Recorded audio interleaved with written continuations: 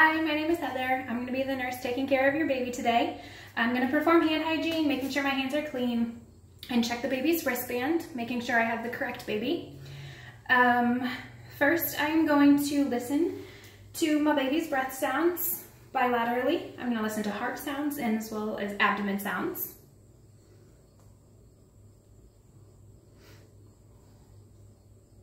I would do these for a full minute. I'm going to go ahead and palpate my baby's abdomen, making sure that it bounces back, it's soft, the baby doesn't get squeamish, or it's not tender for her, and it is round. While I'm here, I would go ahead and check the umbilical cord, making sure that it's just drying well, there's no drainage, no infection present. I'm going to take my baby's temperature, axillary, noting that it is 97.5 to 99.5. That's normal for an infant. I would feel for my baby's pulse, which should be between 110 and 160 for a full minute, and watch for respirations for a full minute.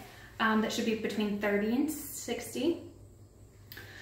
I'm going to check my baby's head, noting any molding that would have happened during delivery. I'm going to note the anterior and posterior fontanelles and the suture lines, making sure that from delivery everything's kind of returning back to normal. There, I would check for cephalohematoma, which is development of blood under the skin on one side of the suture line or the other, it doesn't cross, or capitate succedaneum, which is fluid under the skin of the skull, and that does cross suture line, so it would be more widespread. I'm going to note any scratches or bruises from delivery, from maybe forceps or vacuum or anything. Next, I'm going to move down to my baby's eyes, noting that they are even, they're in the correct location. I would look for any subjunctival hemorrhage or the epicanthal folds, noting if they are present or not.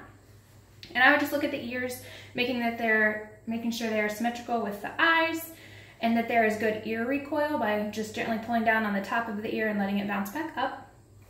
Next, I would check for nasal patency by placing one finger over one nostril and then moving to the other nostril.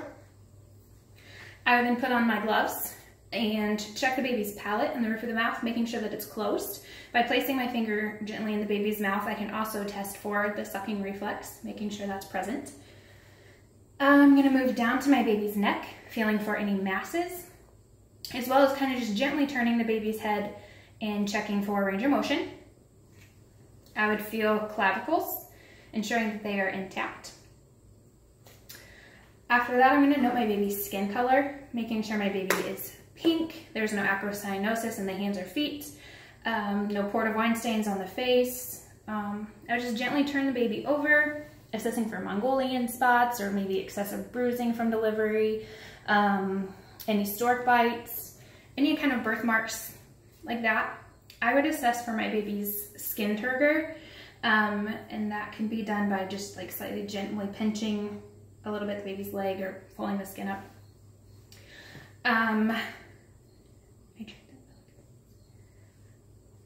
Next, I'm going to check my baby's hands, noting creases in the hands, ensuring that maybe there's like one or two or maybe some other little ones there, and noting those on the bottom of the feet as well.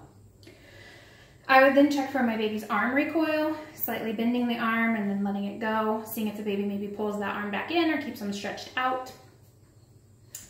I would check for jaundice in my baby's skin. So I would start by kind of looking at the forehead, looking at my baby's abdomen, down to feet, back to the arms, and then checking the sclera, making sure that they are white, my baby's healthy.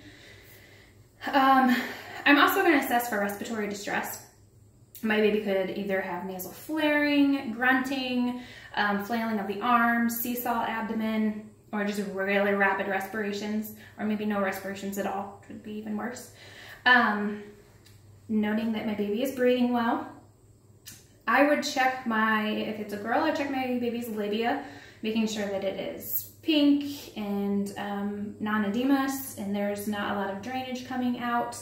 And if there were, noting the color and odor and stuff like that. If it were a boy, I would hold one finger over the inguinal canal and kind of palpate for the testicles, making sure that they have dropped. I would note the placement of the urinary meatus, making sure that it is center and not above or below the penis. And I would note the amount of rugae, whether it's deep or flat, or if it's present at all.